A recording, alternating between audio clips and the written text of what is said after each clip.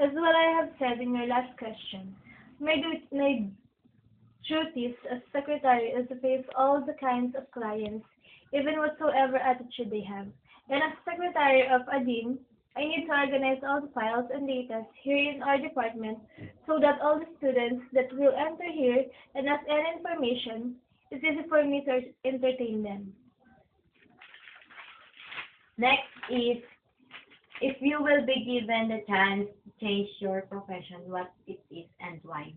If I would be given a chance to change my profession, I want to be a professor of one of the universities here in the Philippines because it's my dream to work with my students and to teach them with all my knowledge. Next is, what are the advantages of being a secretary? The advantages of being a secretary is you're trained to face and manage all the attitudes of a person. And as a secretary, I was working with different kinds of persons. The last question is, what advice can you give to those who want to get this profession?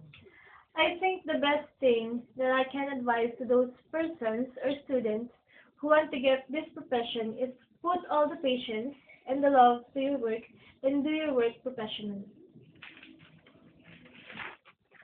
Um, okay, Miss Eunice, thank you for your accepting my invitation to have an interview about your job.